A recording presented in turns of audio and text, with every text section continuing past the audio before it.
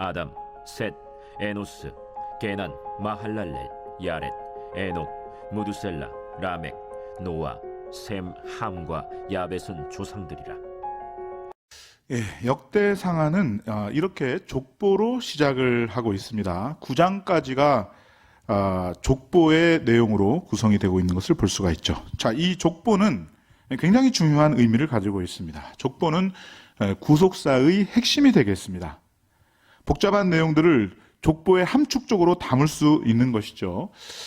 역대상하도 원래는 한 권의 책이었습니다. 내용만으로 보게 되면 사무엘상하, 열왕기상하의 내용이 반복되는 그런 느낌이 있는 것이죠. 사무엘상하는 주로 다윗의 이야기가 기록되어 있고요. 또 열왕기상하는 솔로몬의 이야기가 나오고 또 남북 이스라엘 왕들의 이야기가 나옵니다. 자, 이 역대기도 결국 그 기간의 내용을 다루는 것은 동일합니다. 그러면 똑같은 이야기를 두 번 반복할 필요가 있을까요? 관점이 전혀 다른 것입니다. 자, 사복음서를 보더라도 똑같은 기간에 다룬 예수님의 행적을 네 가지의 관점으로 마태, 마가, 누가, 요한의 관점으로 이렇게 보았듯이 바로 이 역대기도 똑같은 기간을 다룬 역사지만 관점이 전혀 다르다는 것입니다. 일단 역대기에서는 북이스라엘의 왕들을 전혀 다루지 않습니다. 남유다만 다루고 있고요. 역대기는 다윗 왕가의 계보를 추적하는 데 있어서 가장 중요한 목적이 있는 것입니다. 기존의 다윗의 이야기와 소설의 관점을 전혀 달리하고 있어요.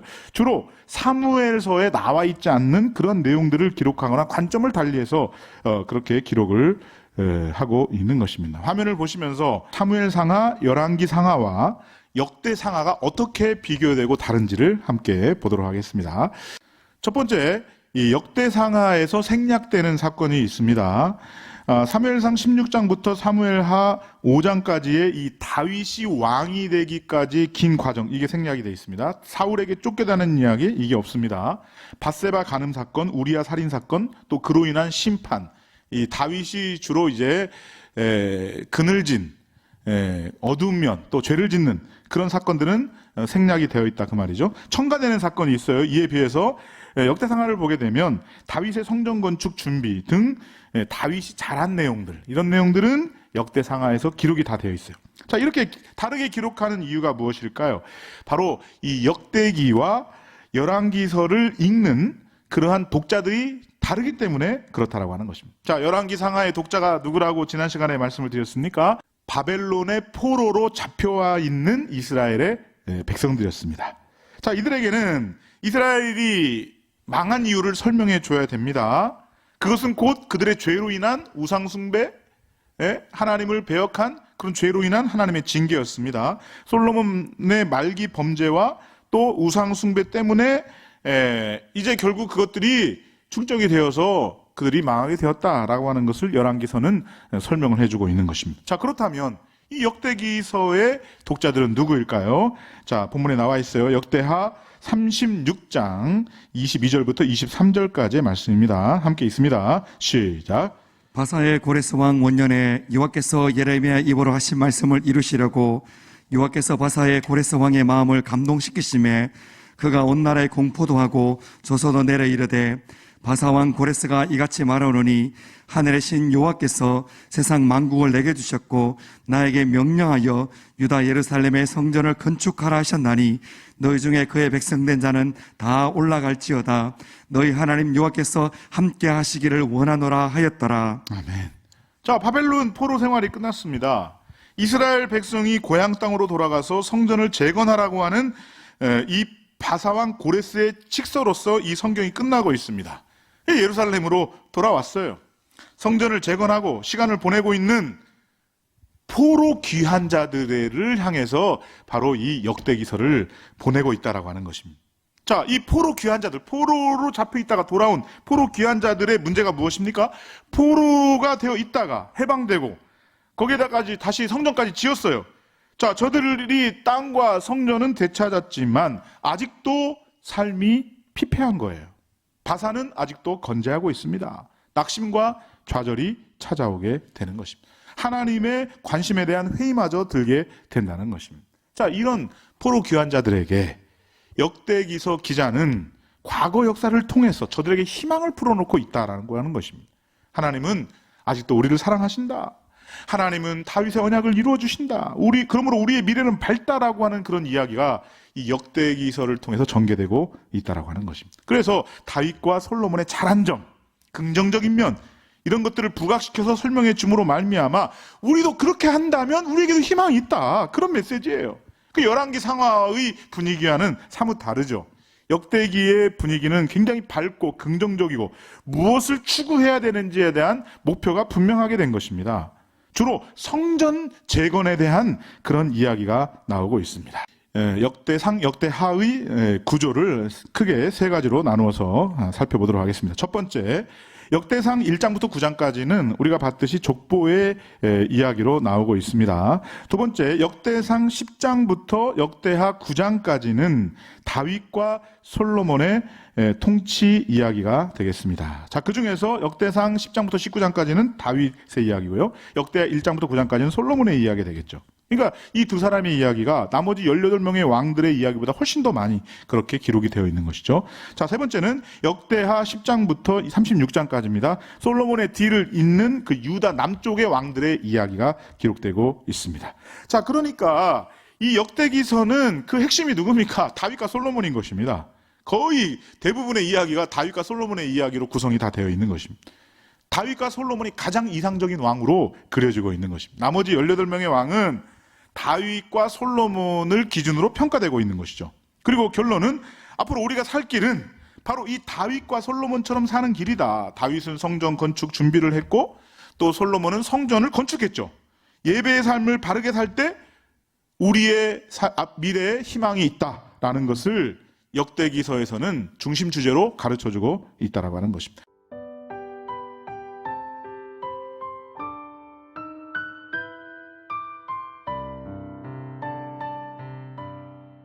자, 그러면 이제 족보 부분과 다윗 부분이 바로 역대상이 되겠죠.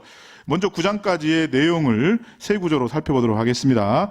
첫 번째로 1장 1절부터 2장 2절까지는 족보 전체의 서론이 되겠습니다. 아담부터 시작해서 이스라엘까지의 이야기입니다. 야곱까지의 이야기죠. 2장 3절부터 8장까지 내용은 이스라엘 12지파의 족보가 나오고 있습니다. 그리고 마지막 9장은요, 에필로그, 부록처럼 붙어있는 포로 귀환 후에 예루살렘에 살고 있는 사람들의 이야기가 나오고 있어요. 자, 족보 서론은 누구부터 시작하고 있어요? 아담부터 시작하고 있어요.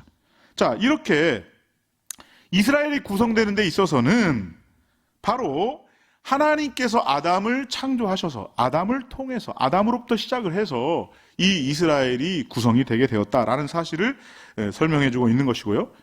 또 12지파는 이스라엘의 몸통입니다. 그리고 마지막 에필로그는 귀한 자들 이야기를 해줌으로 말미암아 오늘 이 아담으로부터 시작된 이 역사는 결국 우리에게까지 이어지고 있다라는 사실을 설명해주고 있다라고 하는 것입니다. 자, 바벨론 포로에서 귀환한 사람들의 족보를 보게 되면요, 그들의 사람의 수는 대단히 소수였습니다.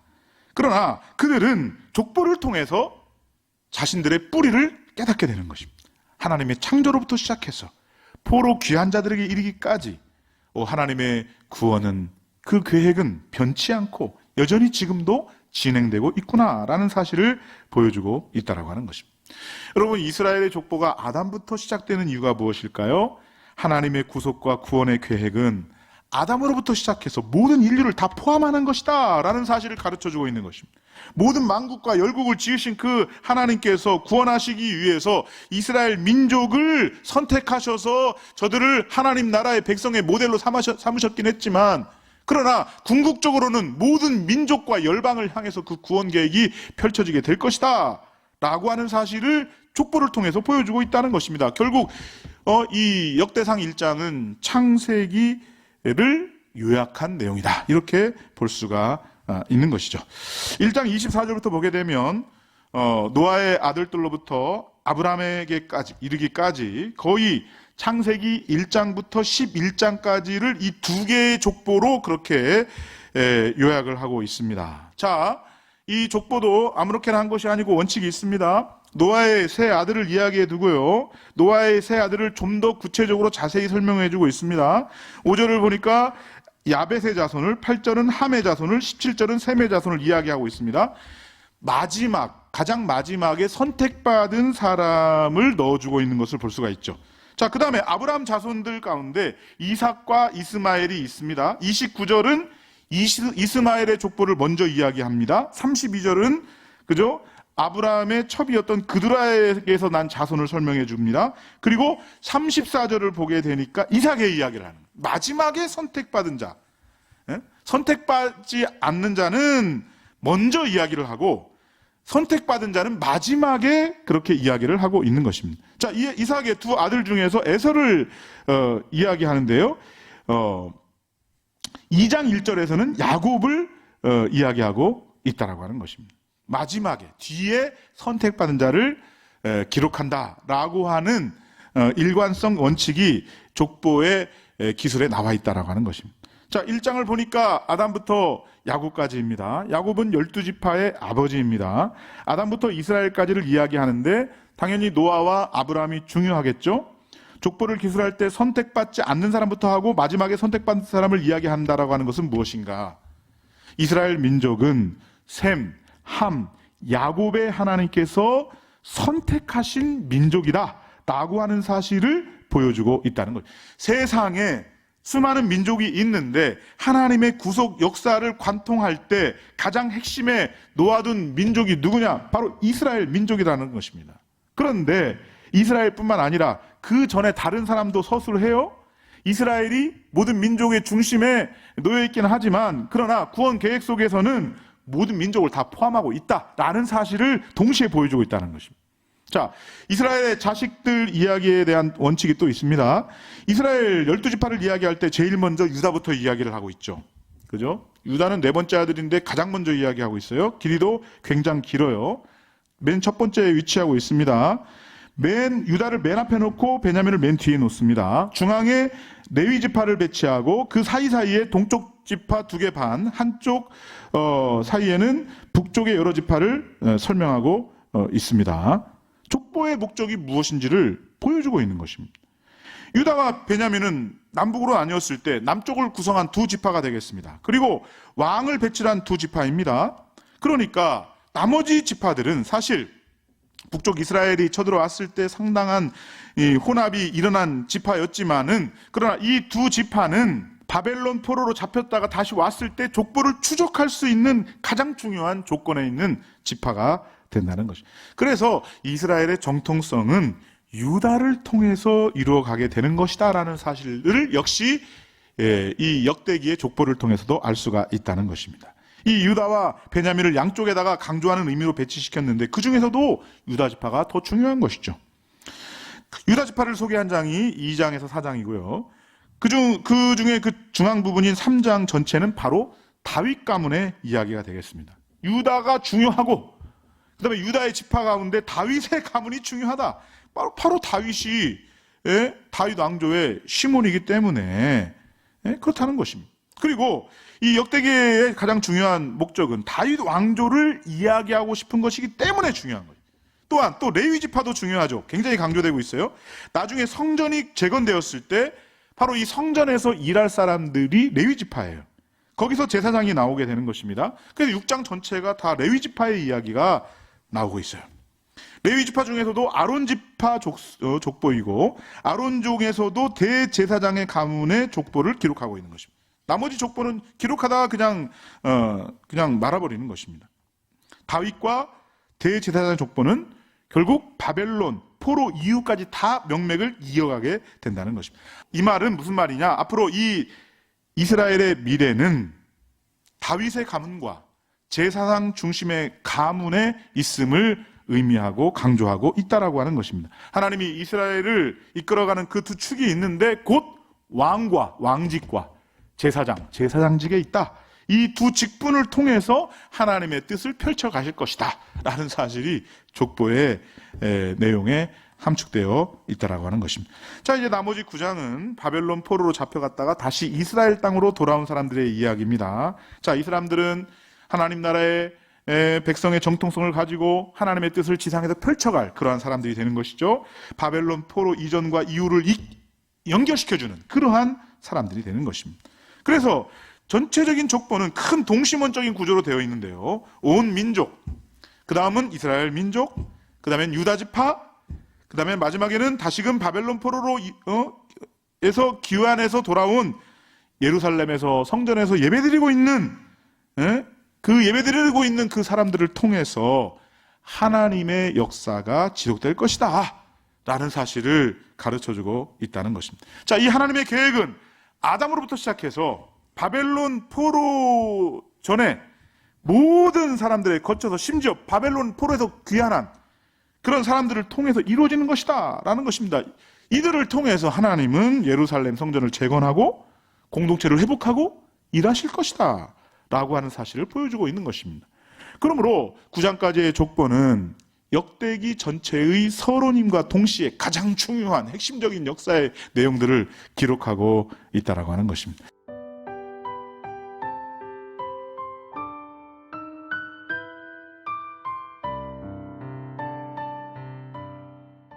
자, 그 다음에 10장부터 역대상 끝까지의 이야기는 이제 다윗 왕의 이야기가 되겠죠. 이미 사무엘 상하에서 이 다윗에 대한 그런 이야기가 길게 나왔습니다. 사무엘 상하를 보게 되면 다윗의 장단점이 다 소개되고 있습니다. 다윗이 사울에게 쫓겨다니면서 믿음의 순수성을 지키려고 했던 그런 긍정적인 면 소개되고 있어요. 그러나 말년에 범죄를 해서 징계를 받아서 하나님의 진노를 받아서 그래서 성전을 짓지 못한다. 너 당대에서는 성전을 짓지 못한다. 이 하나님의 말씀을 듣는 장면까지 다 나오고 있습니다. 사무엘 상하에서는 다윗의 장단점이 다 소개되고 있어요. 밝은 면, 어두운 면이 다 이야기되고 있습니다. 그러나 이 역대기서에서는요, 다윗의 잘못된 점은 기록하지 않습니다. 바스바를 범하고 우리아를 죽인 이런 부정적인 이야기는 다 뺍니다. 다윗이 성전을 짓기 위해서 얼마나 노력을 했는가, 얼마나 준비했는가, 여기에 초점을 맞추고 있는 것입니다. 다윗의 죄의 이야기는 딱 한 가지 이야기합니다. 인구조사를 함으로 말미암아 징벌을 받는 그런 내용이 나오고 있습니다. 너 죄 때문에 심판을 받게 될 것인데 3년 동안 기근이 될 것인가, 3년 동안 전쟁을 할 것인가, 3일 동안 전염병을 앓을 것인가, 셋 중에 하나를 택하라고 하나님이 말씀하십니다. 다윗은 세 번째를 택합니다. 그런데 그 사건을 계기로 해서 겸비하게 낮추며 회개를 하게 되는 거예요. 그때 하나님이 다윗이 용서받을 수 있는 자리를 지정해 줍니다. 여부스라고 하는 곳, 지금의 예루살렘인데요. 거기에 오르난이라고 하는 사람의 타작마당에서 제사를 지내라고 그렇게 명령합니다. 자신의 죄를 회개하고 용서받을 수 있는 그 자리에서 번제와 화목제를 하나님 앞에 드립니다. 그리고 용서를 받게 됩니다. 그리고 그 자리가 곧 나중에 성전이 세워질 자리가 된다는 것입니다. 솔로몬이 지을 그 성전 터를 미리 다윗을 통해서 확보해 주시는 그런 이야기가 바로 이 역대기에서 나오고 있다라고 하는 것입니다. 다윗이 죄사함을 받고 회복을 하게 되는데 성전을 찾게 되는 그런 계기 때문에 결국 그 이야기를, 인구조사의 이야기를 넣게 된다는 것입니다. 자, 그리고 역대상에 나오는 이 다윗 이야기의 핵심이 무엇인지를 17장을 통해서 한번 보겠습니다. 17장 10절부터 14절까지의 말씀을 우리 함께 보도록 하겠습니다. 함께 있습니다. 시작. 전에 내가 사사에게 명령하여 내 백성 이스라엘 다스리던 때와 같이 아니하게 하고 또 내 모든 대적으로 내게 복종하게 하리라. 또 내게 이르노니 여호와가 너를 위하여 한 왕조를 세울지라. 내 생명의 연한이 차서 내가 조상들에게로 돌아가면 내가 내 뒤에 내 씨 곧 내 아들 중 하나를 세우고 그 나라를 견고하게 하리니 그는 나를 위하여 집을 건축할 것이요 나는 그의 왕위를 영원히 견고하게 하리라. 나는 그의 아버지가 되고 그는 나의 아들이 되리니 나의 인자를 그에게서 빼앗지 아니하기를 내가 전에 있던 자에게서 빼앗음과 같이 하지 아니할 것이며 내가 영원히 그를 내 집과 내 나라에 세우리니 그의 왕위가 영원히 견고하리라 하셨다 하라. 아멘. 자, 이것이 곧 다윗 언약의 핵심 아닙니까? 다윗에게 약속한 언약은 두 가지입니다. 하나는 하나님이 다윗에게 집을 하나 지어주겠다. 그 집은 곧 다윗 왕조를 가리키는 것입니다. 너의 자식들을 통해서 나라를 영원히 세워주겠다. 영원한 왕조를 약속해 주시는 것입니다. 다윗 왕조의 영원성은 누구에게 있어요? 하나님께 있는 거예요. 하나님이 이 왕조를 세워주시겠다라고 하는 것입니다. 그래서 다윗이 세우는 이 왕조를 누구의 집이라고 부르는가? 내 집으로 부르는 것입니다. 역대상 17장 14절 말씀을 함께 보도록 하겠습니다. 함께 있습니다. 시작. 내가 영원히 그를 내 집과 내 나라에 세우리니 그의 왕위가 영원히 견고하리라 하셨다 하라. 아멘. 자, 그러니까 다윗 다윗의 나라 자체가 하나님의 나라예요. 외형적으로 볼 때는 다윗의 왕국이지만 실제는 하나님의 나라다는 것입니다. 하나님은 이런 나라를 너를 통해 세워주시겠다 이렇게 약속해 주시는 것이고요. 두 번째는 그는 나를 위하여 성전을 짓게 될 것이다 라고 하는 것입니다. 그러니까 다윗 언약의 핵심은 두 개예요. 하나는 왕조 이야기고 하나는 성전 건설 이야기인 것입니다. 이 두 개를 합쳐서 다윗 언약이다 이렇게 이야기를 하는 것입니다. 자, 그래서 다윗의 왕조가 튼튼히 세워지려면 일단 주변의 나라들을 원수로부터 안전하게 해야 되기 때문에 주변의 나라들을 다 정복해야 돼요. 그래서 역대상에서는 다윗을 도왔던 장군들의 이야기, 다윗이 점령했던 지역들을 다 소개하고 있어요. 그리고 다윗 시대는 아직도 전투 중입니다. 전쟁이 끝나지 않았습니다. 이스라엘의 안식이 아직 찾아오지 않았습니다. 그래서 다윗의 생애는 그 과정을 준비하는 것입니다. 주변 나라를 다 복속시키고 온 땅에 평화가 왔을 때 그때 비로소 이스라엘의 왕이 성전을 건축할 수 있도록 그렇게 토대를 만들어주는 그러한 시대라는 것입니다. 그래서 다윗의 시대가 지나고 솔로몬 시대에 이르러서 성전이 건축된 이유가 바로 무엇인가 하면 다윗이 다 주변 정리를 다 해줬기 때문에 성전 건축이 가능하게 되었다라고 하는 것입니다. 그래서 역대상을 보게 되면 다윗 언약을 맺은 다음에 다윗이 블레셋, 모압 등의 주변 나라들을 그냥 다 쳐부수는 이야기예요. 북쪽에 아람, 암몬, 모압, 에돔이 있습니다. 남쪽에는 아말렉이 있고 애굽이 있습니다. 서쪽에는 블레셋이라고 하는 저기 사방을 둘러싸고 있는 것입니다. 사사시대에 복잡스러웠던 그 모든 정세를 다윗 때 다 정리를 해주는 거예요. 주변 나라를 싹 정복을 해요. 조공국가로 만들어버려요. 전쟁을 다 끝낸 후에 솔로몬 때 성전을 건축하게 된다는 것입니다. 그러니까 다윗의 생애는 역대기의 관점으로 보게 될 때 다윗이 죄를 안 지었다 그런 말이 아니라 관점 자체가 다윗의 핵심은 성전 짓기 준비, 성전 건축 준비 사역자 이렇게 이야기를 할 수가 있다라고 하는 것입니다. 자, 성전을 지을 때 물질적으로 많은 재료가 필요하겠죠? 다윗은 솔로몬 성전을 지을 때 필요한 재료들을 다 준비해 놓고 죽습니다. 그래서 역대상을 보게 되면 성전 준비 재료 이야기를 기록해 놓습니다. 역대상 22장부터 29장까지는 성전 건축 준비라는 타이틀을 달 수가 있는데요. 어느 정도로 준비를 많이 하고 있는지 한번 보겠습니다. 역대상 22장 14절부터 16절을 함께 보겠습니다. 함께 있습니다. 시작.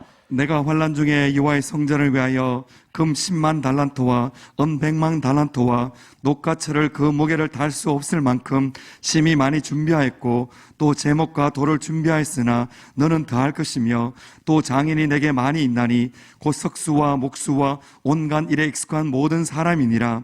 금과 은과 녹가철이 무수하니 너는 일어나 일하라. 여호와께서 너와 함께 계실지로다 하니라. 아멘. 자, 여기를 보게 되면 금, 은, 동, 철, 나무, 돌 등등 성전 건축에 필요한 모든 재료들을 다 준비하고 있어요. 금 10만 달란트, 은 100만 달란트. 그죠? 제가 이 현대가치로 이걸 다 환산해 보니까 거의 160조 정도 되는 금액이에요. 이것만 아니고 23절부터 나오는 이야기는 사람들의 이야기입니다. 레위 지파가 조직 준비를 다 끝냅니다. 28장부터가 이제 성전 건축 준비하는 이야기예요. 28장 11절 말씀을 함께 보도록 하겠습니다. 함께 있습니다. 시작. 다윗이 성전의 복도와 그 집들과 그 곡간과 다락과 골방과 속죄소의 설계도를 그의 아들 솔로몬에게 주고. 아멘. 그렇습니다. 외형 설계도를 다 줍니다. 누가 주고 있어요? 다윗이 주고 있다는 거예요. 역대상 29장 1절부터 5절까지의 말씀은요, 아까 금 10만 달란트, 은 100만 달란트, 이게 다 백성이 준비한 것이었어요. 여기에 솔선수범해서 다윗이 자신의 개인 금고에서 금 3천 달란트, 은 7천 달란트, 이 개인 헌금이에요. 다윗의 개인 헌금. 그런 내용들이 나오고 있어요. 그 다음부터는 이스라엘의 지도자들에게 또 성전 건축을 위한 헌금에 대한 그런 이야기가 나오고 있습니다. 29장 6절부터 함께 보겠습니다. 9절까지 함께 있습니다. 시작. 이에 모든 가문의 지도자들과 이스라엘 모든 지파의 지도자들과 천부장과 백부장과 왕의 사무관이 다 절거히 들이되 하나님의 성전 공사를 위하여 금 5천 달란트와 금 1만 다릭, 은 1만 달란트와 높 18,000 달란트와 철 10만 달란트를 드리고 보석을 가진 모든 사람은 게르손 사람 여이엘의 손에 맡겨 여호와의 성전 곳간에 드렸더라. 백성들은 자원하여 들었으므로 기뻐하였으니 곧 그들이 성심으로 여호와께 자원하여 들었으므로 다윗 왕도 심히 기뻐하니라. 아멘. 자, 다윗은 성전 건축에 올인합니다. 자신의 전 재산을 다 바칩니다. 지도자들과 백성들도 성전 건축을 위한 재물을 헌금하는 모습을 볼 수가 있습니다. 이것이 역대기 기자가 강조하고 있는 내용이 되겠습니다. 자, 이제 다윗이 기도하는 장면을 통해서 저들의 미래를 향한 지표를 발견할 수가 있는 것이죠. 이것이 오늘의 마지막 결론이 되겠습니다. 29장 10절부터 14절까지의 말씀을 우리 함께 보도록 하겠습니다. 함께 있습니다. 시작. 다윗이 온 회중 앞에서 여호와를 송축하이르되 우리 조상 이스라엘의 하나님 여호와여, 주는 영원부터 영원까지 송축을 받으시옵소서. 여호와의 위대하심과 권능과 영광과 성리와 위엄이 다 주께 속하였사오니 천지에 있는 것이 다 주의 것이로소이다. 여호와의 주권도 주께 속하였사오니 주는 높으사 만물의 머리심이니이다. 부와 기가 주께로 말미암고 또 주는 만물의 주제가 되사 손에 권세와 능력이 있사오니 모든 사람을 크게 하심과 강하게 하심이 주의 손에 있나이다. 우리 하나님이여, 이제 우리가 주께 감사하오며 주의 영화로운 이름을 찬양하나이다. 나와 내 백성이 무엇이기에 이처럼 즐거운 마음으로 드릴 힘이 있었나이까? 모든 것이 주께로 말미암았사오니 우리가 주의 손에서 받은 것으로 주께 드렸을 뿐이니이다. 아멘. 자, 이 성전은 하나님의 집이고 하나님을 만나는 자리이고 죄사함을 받는 자리예요. 다윗은 고백하기를 모든 영광과 존귀가 다 하나님께 있다라고 그렇게 고백하고 있습니다. 하나님의 절대 주권에 대한 확실한 신앙으로 고백을 하고 있는 것입니다. 지금 우리가 여기서 모여서 예배하는 이것이 세상 앞에 무슨 영향을 끼칠 수 있을까요? 세상의 힘은 거대하고 우리의 힘은 너무도 미약하게 보이는 것입니다. 역대기 기자가 말하는 것 같이 예루살렘에 모여서 성전을 재건하고 있는 그런 사람들과 상황이 거의 진배 다를 바가 없는 것입니다. 다윗의 행동과 다윗의 기도가 곧 저와 여러분의 모범 답안이 되는 것입니다. 하나님이 역사의 주관자가 되시고 천지와 만물이 모든 것이 다 주님의 것이라는 것입니다. 모든 영광과 존귀와 권세가 다 주님께로부터 비롯되지 않은 것이 하나도 없음을 고백하는 것입니다. 우리가 구원받고 생존하고 호흡을 하면서도 살아가는 것도 다 하나님께로부터 온 것임을 믿으시기를 주님의 이름으로 축원합니다. 하나님을 예배하는 마음으로, 하나님을 사랑하는 마음으로 내가 하나님께 기꺼이 드리겠습니다. 이것이 의무감이나 인색함이 아니라 정말 하나님을 사랑하는 그 하나님의 주권에 대한 확신으로부터 오는 나의 전부를 하나님께 드립니다. 이렇게 고백하고 있는 다윗의 기도의 내용을 우리가 볼 수가 있어요. 이것이 성전에서 일어난 일이에요. 그리고 곧 이것은 성도와 교회가 나아가야 될 방향이라는 것입니다.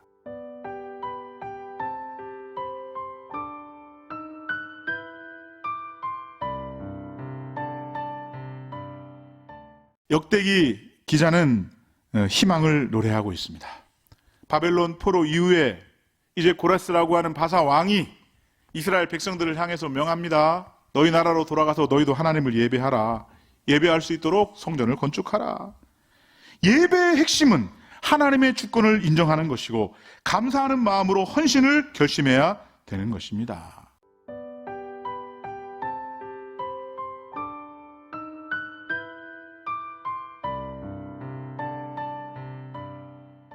오늘 저와 여러분들이 개인에게도 교회에게도 이 역대기가 주는 그 교훈을 따라서 하나님을 향한 영광스러운 예배를 추구하며 예배에 목숨을 걸므로 말미암아 하나님이 보장하신 승리를 거둘 수 있는 저와 여러분들이 다 될 수 있기를 주님의 이름으로 축원합니다. 아멘. 기도하겠습니다. 거룩하신 하나님 아버지 감사합니다. 오늘 우리가 역대상을 통해서 족보와 또한 다윗의 생애를 살펴보았습니다. 우리의 온 마음을 다해 하나님을 찬송하고 예배하는 주의 거룩한 백성들이 되게 하여 주시옵소서. 예수님의 이름으로 기도하옵나이다. 아멘. 교회를 위한 공동 기도문. 우리 교회가 하나님께서 주신 비전을 이루게 하사 대구 성시와 민족 복음화, 세계 복음화의 초석이 되게 하옵소서. 원로 목사님과 담임 목사님에게 갑질형과 칠배의 영역을 주시고 모든 부교육자들에게 영권을 다하셔서 진리의 말씀을 선포하게 하옵소서. 파송 새 가정의 선교사님들과 협력 선교사님들을 축복하사 가정과 사역을 지켜주시고 사역의 현장 속에서 회심과 부흥의 역사를 경험하게 하옵소서.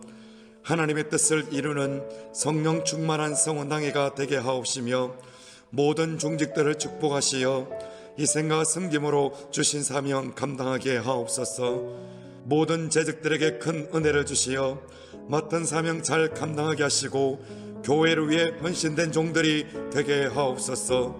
우리 교회 모든 성도들 위해 복의 복을 다하사 모든 공예배를 사모하게 하시고 영과 진리로 드리는 예배가 되게 하옵소서.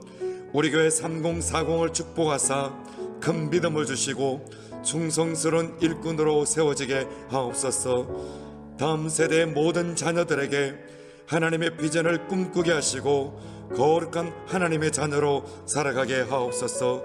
사랑부 예배에 필요한 교사와 도움의 손길이 채워지게 하시고 예배가 잘 정착되어 장애인 선교의 큰 비전을 이루게 하옵소서.